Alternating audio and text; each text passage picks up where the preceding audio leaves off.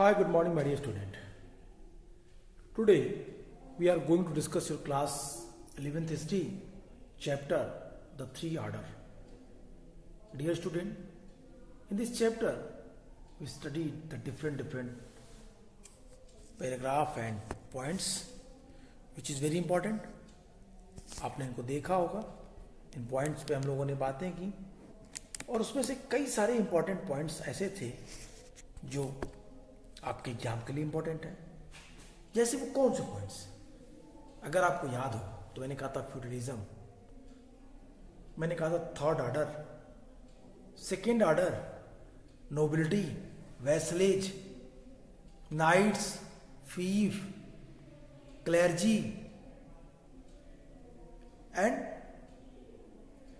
social and economic relation, technological changes, land use, and due to that reasons, which type of new changes emerged in mid-European society. That was fourth order also. My dear student, I also told you about that the monks and nun. These all points very important. In my last class, I taught you the topic cathedral town.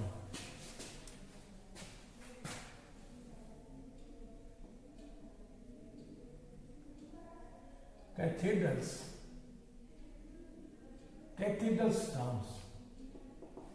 My dear student, if you remember that points, हमने चीजों पे बात की cathedral towns पे, और वहां पे हम लोगों ने कहा था, वहां पे हम लोगों ने देखा था कि कैथेड्रल टाउन से सिटी का विकास कैसे हो रहा है. वहां पे हमने बात की थी उन चीजों पे, उन पॉइंट्स पे कि किस तरीके से कैथेड्रल बने, बड़े चर्चों का निर्माण हुआ और फिर बड़े चर्च के आसपास लोग आके अपने को स्थापित किए, बसा लिए. उनके बस जाने के कारण आवश्यकता की चीजों की आसानी से सुलभता के कारण, I mean to say that easily availability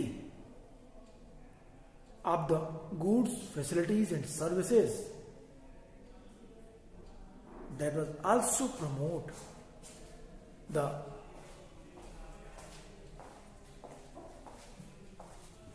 cathedrals towns development. Cathedral towns के विकास के लिए वो कारण बने. And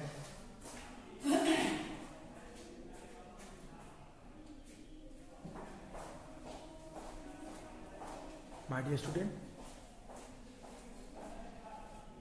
we had also studied about the importance of cathedrals and the cathedrals architecture. हमने बड़े चर्चों के आर्किटेक्चर पर भी बात की. हमने कहा था कि किस तरीके से चर्च बने, उनका आर कितना ऊंचा था, पादरी आराम से बुला सकता था अपनी आवाज से, घंटियां दूर तक पहुंचती थी, दीवार पर बाइबल की कहानियां पेंटिंग की जाती थी, बनाई जाती थी. साथ ही साथ मैंने आपसे ये भी कहा था, पढ़ाया था कि जो इलिटरेट लोग हों वो भी आसानी से बाइबल की चीजों को समझ सकें. हमने आपको लास्ट क्लास में ये भी एक्सप्लेन किया कि किस तरीके से कैथेड्रल के लिए अब एक बड़ा वर्ग, not only nobility but also the fourth order people given the huge amount of donation for the making of cathedrals. Cathedral बड़े बड़े पत्थरों से बने होते थे, दूर दराज से लाई जाती थी, तो ट्रांसपोर्टेशन फैसिलिटी को डेवलप किया गया होगा.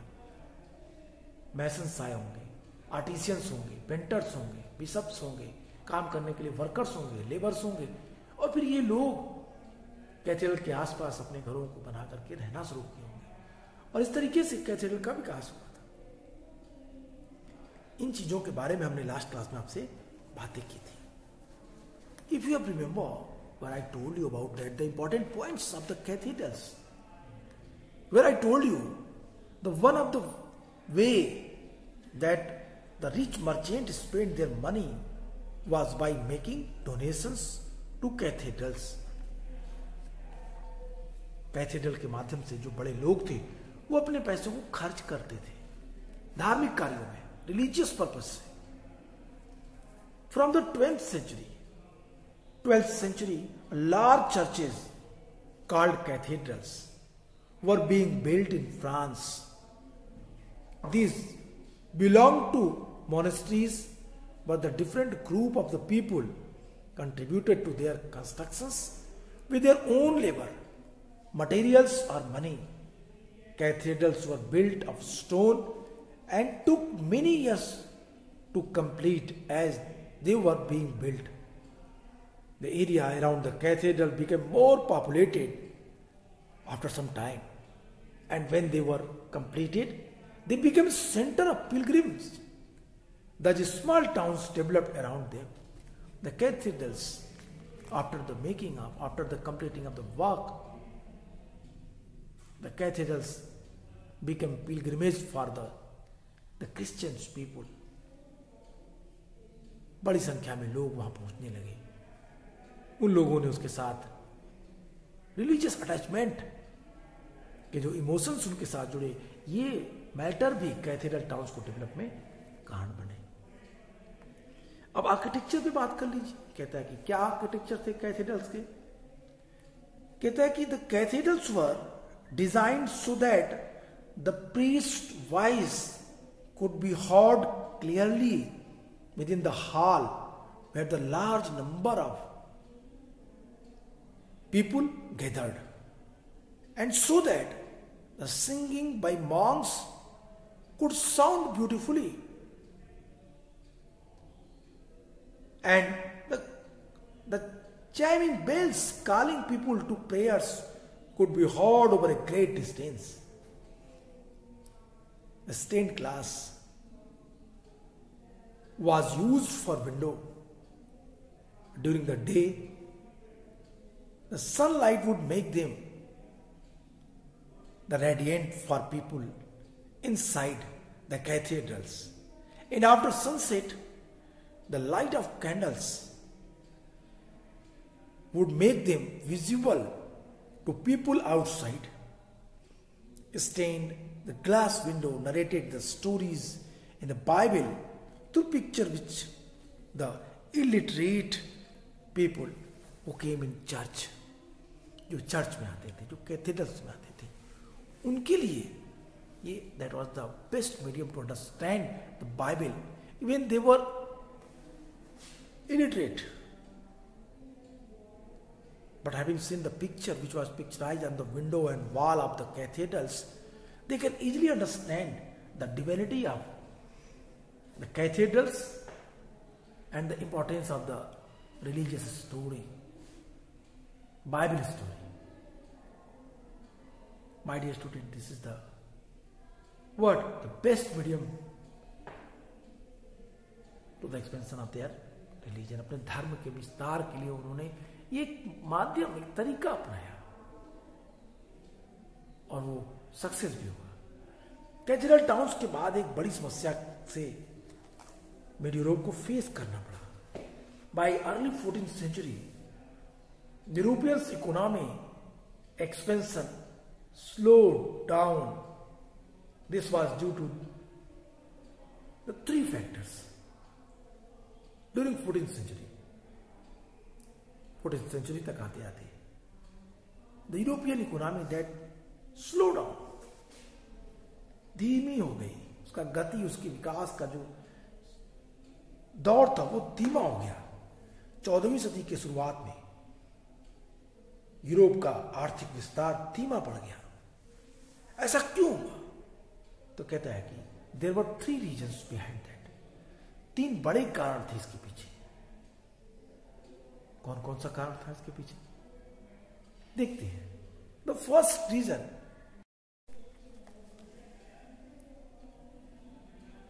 Reason, if you see a book you can easily find out that points.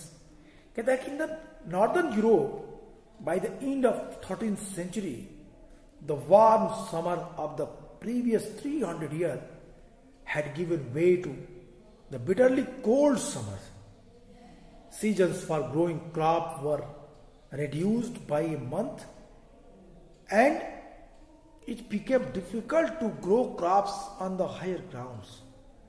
Storms and the oceanic flooding destroyed the many farmstead, which resulted in the less income and the taxes for government. The opportunities offered by favorable climatic conditions before the 13th century had led to large-scale reclamation of the land, of the forest, and the pastures of the agriculture, but intensive plowing that exhausted the soil, despite the practice of the 3 fields rotation of the crops, because the cleanliness was not accompanied by proper soil. The conservation, the shortage of pasturage reduced the number of cattle, plantation growing, the outstripping resource, and the immediate result was famine. The severe famine hit Europe between 1315 to 1317, followed in the 1320s by massive cattle deaths. My dear student, that is the first point. During 13th century, a vast climatic changes introduced in Europe. एक बड़ा जलवायु बदलाव आया. Due to warm phases, the uplands were before 1300 AD, that was important for the farming, but after the 13th century, the warm climates that was affected the huge amount of the plugging field, upland field, the income, the profits, that was ancestally become very poor and less. उत्पादन की दर घट गई, productivity कम हो गई, और ये सारे regions indirectly और डायरेक्टली इनकम को इफेक्ट कर रहे थे, प्रभावित कर रहे थे. उन चीजों को, उन जगहों को जो यूरोप की अर्थव्यवस्था के लिए, जिससे 4th ऑर्डर का डेवलपमेंट हुआ, को रोकने के लिए कहता है कि ये सारे रीजन्स महत्वपूर्ण कारक बने. कहता है कि जब जो नॉर्थ यूरोप में 13th सेंचुरी के अंत तक पिछले 300 वर्ष, लास्ट 300 इयर्स की तेज गर्मी का महीना के स्थान पर तेज ठंडी और ग्रीष्म ऋतु ने ले लिया था. जो प्रोडक्टिविटी थी, प्रोडक्शन था, पैदावार वाले जो मौसम छोटे हो गए, जो अपलैंड्स थी, ऊंची भूमि थी, पर फसल उगाना कठिन हो गया. जो ओशनिक स्टॉर्म्स थे, समुद्री तूफान थे, सागरीय बाढ़ अनेक फार्म और प्रतिष्ठानों को नष्ट कर दिया, जिसका रिजल्ट सरकार को टैक्स में, जो टैक्स के माध्यम से गवर्नमेंट की इनकम होती थी, वो घट गई, कम हो गई.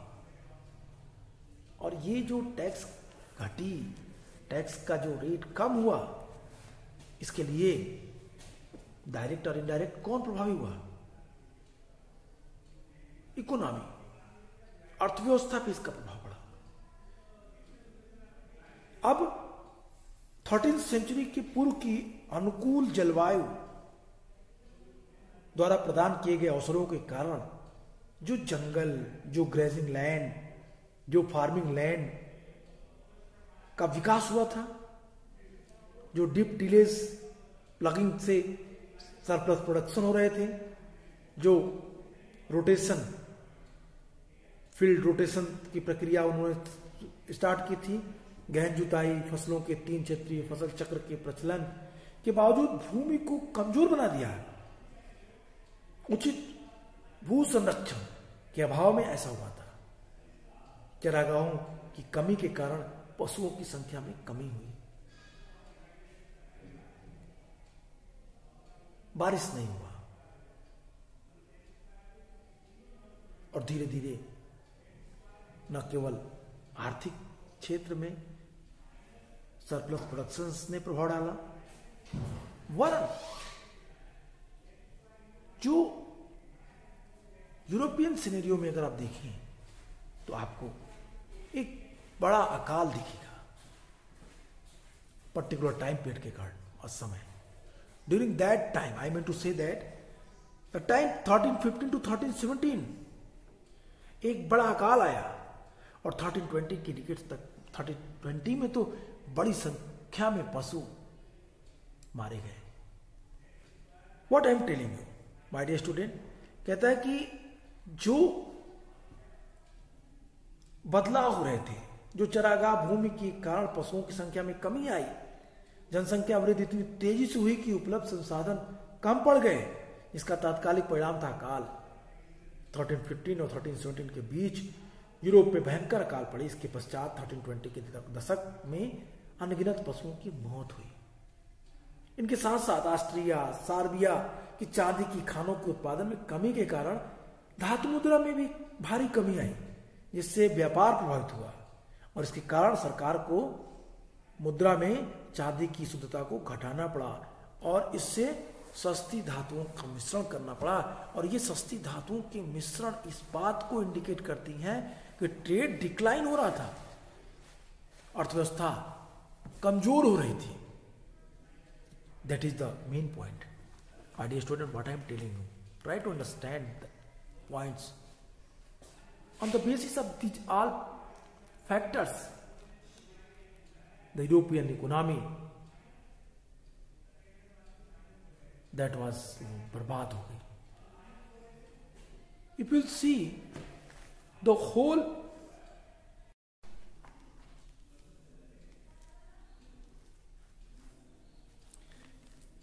कहता है कि by the early 14th century, the Europe's economic expansion slowed down.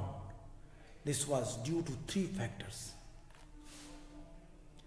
In northern Europe, by in the 13th century, the warm summer of the previous 300 years had been way to bitterly cold summer season. For growing crops were reduced by a month, and it became difficult to grow crops in the higher ground. The storms and the oceanic flooding destroyed the many farm seed, which resulted in less income taxes for government.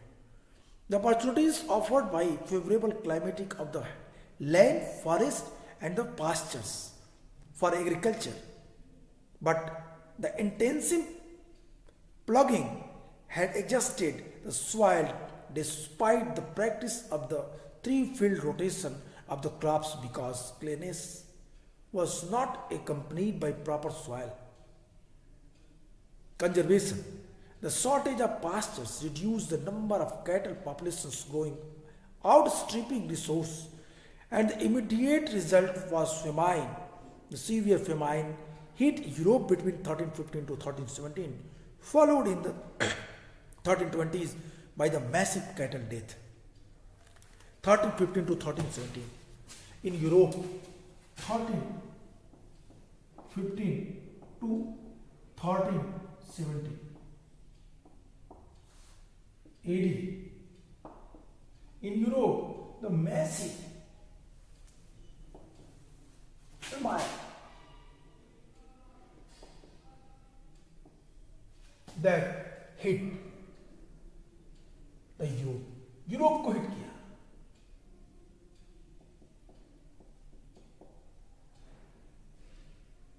And the 1920s decade,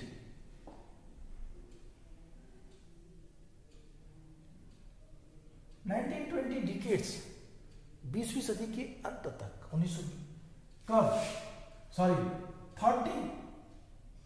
1320 decades, 1320 decade के अंत तक आते आते कहता है कि huge amount of cattle that क्या हुई, वो मारे गए।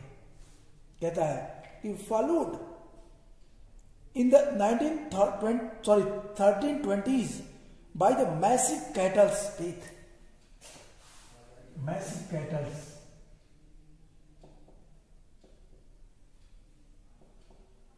death. What was the reason behind it? क्या थे इसके पीछे के कारण? I mean to say that the point. Okay, come to the point and let me explain the points very easily. आसान से पढ़ते हैं. Points है the crisis.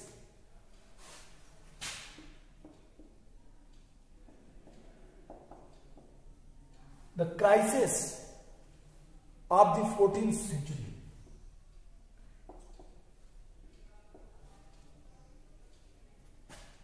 Of the 14th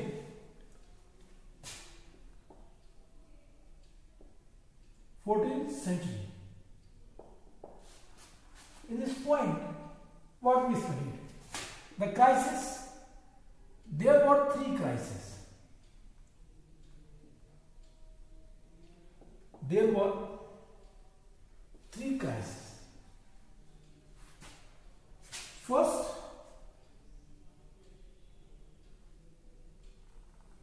in three crises, first we are going to discuss the first crisis. What? The first crisis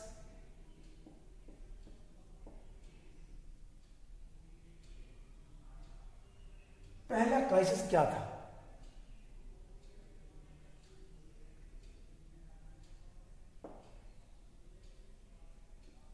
first crisis क्या था? कहते हैं first crisis, the first crisis, that was the environmental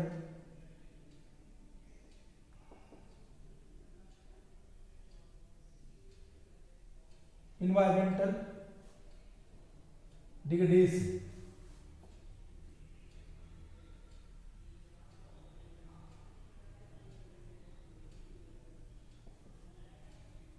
Or in other words, we can say the climatic change.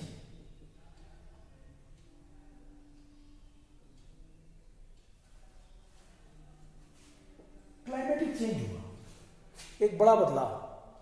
इस climatic change से कई सारी चीज पे डायरेक्टली इनडायरेक्टली प्रभाव हुआ. क्लाइमेटिक चेंज हुआ तो क्रॉप रोटेशन,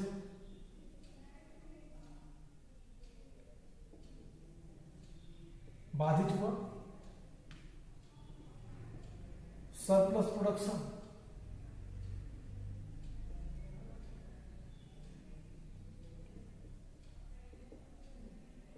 कम हुई, एग्रीकल्चर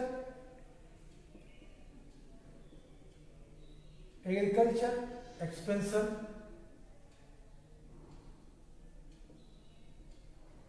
घट गया, और फिर गवर्नमेंट को मिलने वाली टैक्सेस में भारी कमी आई, और फिर इसका प्रभाव डायरेक्ट और इनडायरेक्ट वे किस पे पड़ा? क्यों हुआ ये सब? What was the reason behind it? तो कहता है इन चीजों के कारण क्या था? Warm to cold climate, first point, pastoral land में कमी, second point, cattles death and famine.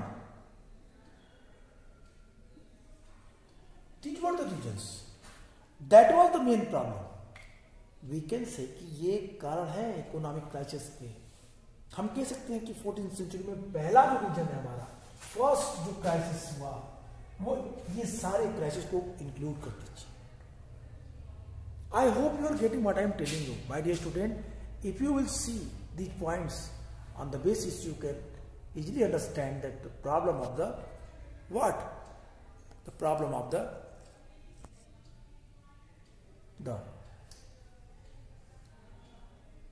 European people, जब उनके यहाँ 13th सेंचुरी के बाद जलवायु में बदलाव हुआ, तो जलवायु में बदलाव होने से वार्म फेजेस की जगह कोल्ड फेजेस फिर एक बार आई। कोल्ड फेजेस के आने से अब फसल का जो टाइम मिलता था वो फिर एक बार रिड्यूस हुआ, कम हुआ। टाइम कम मिलने के चलते प्रोडक्टिविटी प्रभावित की, सरप्लस प्रोडक्शन नहीं हुआ, एग्रीकल्चर में एक्सपेंशन नहीं हुआ। First thing. सेकेंड थिंग, बार बार एक ही फसल को जोतने से, खेत को जोतने से अगर उनकी प्रोडक्टिविटी नहीं बढ़ेगी तो बैरन हो जाएंगे, लैंड बंजर हो जाएंगे। Third point which is important, वो ये कि किस तरीके से ये पूरा का पूरा स्ट्रक्चर प्रभावित हुआ। कहता है कि सरप्लस प्रोडक्शन न होने के चलते गवर्नमेंट को टैक्स नहीं मिले, गवर्नमेंट को टैक्स नहीं मिला तो इकोनॉमी रून हुई, इकोनॉमी रून हुई तो अर्थव्यवस्था डायरेक्टली प्रभावित हुआ। And then after one which is very important point which we should discuss here, कहता है कि कब specially in addition trade was hit by the severe shortage of the metal money. Metal money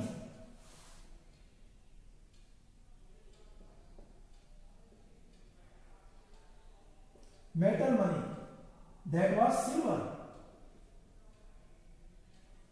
चांदी थी। चांदी कहता है कि ऑस्ट्रिया और सर्बिया की जो चांदी की खान थी, ऑस्ट्रिया और सर्बिया के चांदी के खानों से चांदी का उत्पादन कम हुआ, और चांदी के उत्पादन को कम होने से जो मार्केट में चांदी की मुद्रा सर्कुलेट कर रही थी वो घटी, और उसके घटने से चांदी में मिश्रण शुरू हुआ। और ये चांदी का मिश्रण, इट मीन्स कॉइन में अब सिल्वर की प्योरिटी घट गई, और सिल्वर की प्योरिटी घटने से जो कम कीमत की धातुएं थी उसमें उसको मिलाई जाने लगी, और यहीं से एक पूरा का पूरा चेंजेस आपको दिखाई देता है। That is the first crisis. ये फर्स्ट क्राइसिस था। इसके बाद का सेकेंड क्राइसिस क्या होता है, कहता है उसके बाद अगर देखेंगे, बुक को पढ़िए आप, if you will see your book, if you will mindly observe your book, then you have clear information. कहता है इससे भी बुरा समय अभी आना बाकी था। 12वीं से 13वीं, 12th to 13th सेंचुरी में जैसे जैसे कॉमर्स में डेवलपमेंट हुआ, एक्सपेंशन हुआ, तो दूर देश से व्यापार करने वाले बोट यूरोपीय तटों पर आने लगे।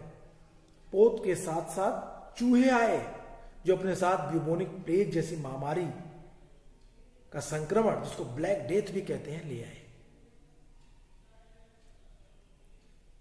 पश्चिमी यूरोप जो प्रारंभिक सदियों से अपेक्षाकृत अधिक अलग थलग था, 1347 तक 1347 से 1315 के मध्य महामारी से, पैंडेमिक से बुरी तरह से प्रभावित था। आधुनिक काल आकलन के आधार पर यूरोप की आबादी का लगभग 20% भाग इस काल में, इस समय में कालकौलित हो गया, मतलब मर गए वो लोग। बड़ी अधिक संख्या में लोगों की मृत्यु ब्लैक डेथ से हुई, प्लेग से हुई, ब्यूबोनिक प्लेग से। जबकि कुछ स्थानों पे मरने वालों की संख्या वहां की जनसंख्या का 40% तक थी। कहता है अधिकांश क्षेत्र के लोग इस ब्यूबोनिक प्लेग से मरने लगे,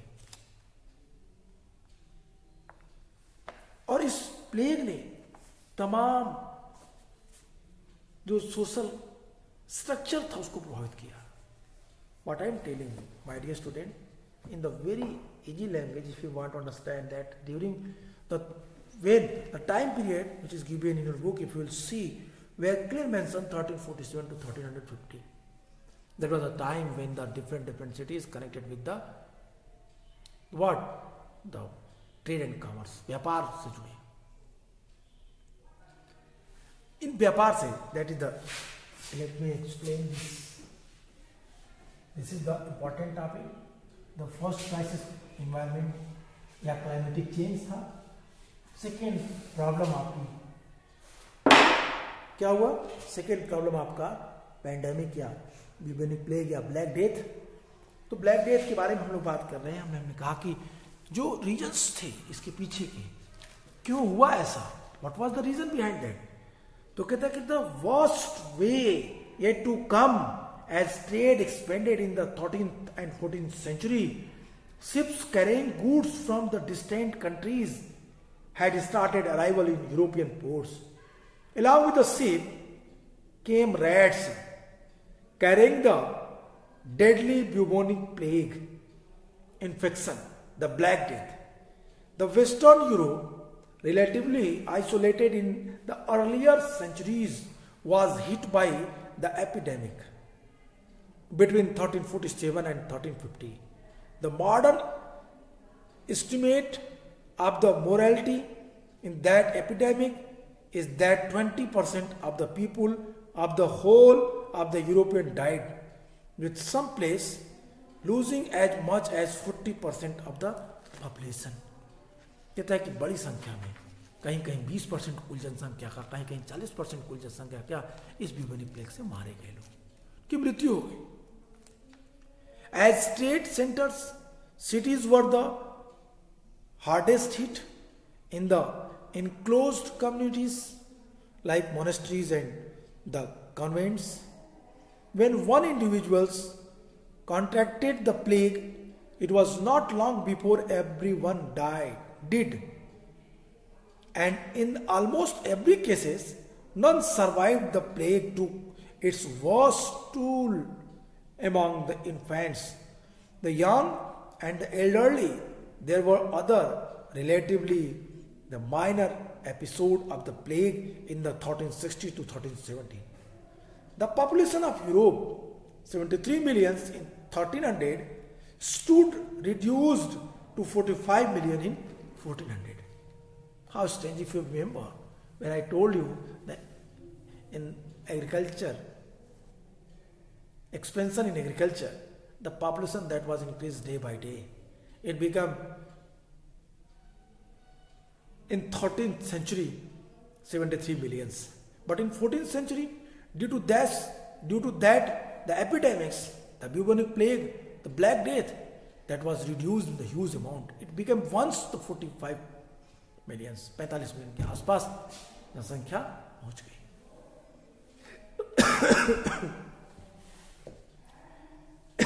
यहाँ पे एक सबसे महत्वपूर्ण बात है कि पहली क्राइसिस की बात की क्लाइमेटिक चेंज, दूसरी बात की हम लोगों ने एपिडेमिक प्लेग के बारे में बात की. तो आज इतना ही. In my next class we will discuss different other topics, third crisis, and then after we will focus the social unrest. Obviously ऐसी कंडीशन होगी तो फिर सोशल अनरेस्ट तो होना ही है. तो आज के लिए इतना ही. Goodbye and take care.